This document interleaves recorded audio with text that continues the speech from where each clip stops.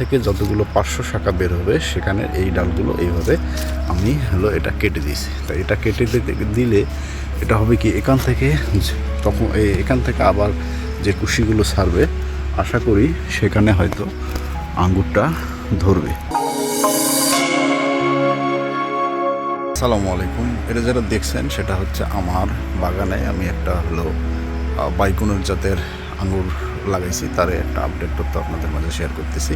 তা আজকের ভিডিওটা করার উদ্দেশ্য হলো যে আমি যে এই আঙ্গুরটা এখানে লাগিয়েছি তা সেটা শাখা পোশাখা ছেড়ে গাছটা অনেক বড় হয়েছে, যে আপনারা দেখতেই পাচ্ছেন গাছটা অনেক বড় হয়ে গেছে অলরেডি, এবং পুরো মাচাটা এখানে ভর্তি করে আছে গাছটা। তো এটার যদি গোড়াটা আমি দেখাই তাহলে এই যে হচ্ছে গাছটার গোড়াটা, এবং এটা পুরা মাচায় এখন ঘিরে নিছে। তা যেটা বলার জন্য ভিডিওটা করতেছি সেটা হচ্ছে যে আঙ্গুরের এইভাবে প্রুনিং করে দিতে হয়।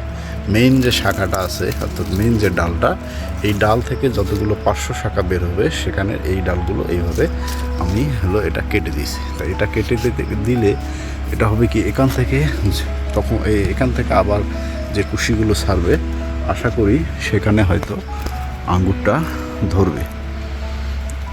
তা এইটার যেহেতু চাষ এর আগে কখনো আমি করি নাই, এইটা জাস্ট আমি শুনছি বা এইভাবে করতে হয়, বা যেখান থেকে আমি এই আঙ্গুরের চারাটা নিয়ে আসছি তারা এইভাবে আমাকে বলছিল। এখন এটার আসলে সত্য বা মিথ্যা কি হবে এটা বলতে পারতেছি না।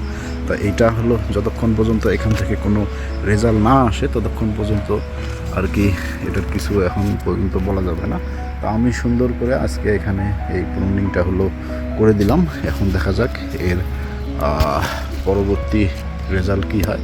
এর পরবর্তী রেজাল্ট আমি আপনাদের মাঝে আশা করি শেয়ার করতে পারবো, এবং হয়তো এখান থেকে ভালো কিছু আপনাদেরকে আমি পরবর্তীতে দেখাইতে পারবো। তো সে পর্যন্ত ভালো থাকবেন। আসসালামু আলাইকুম।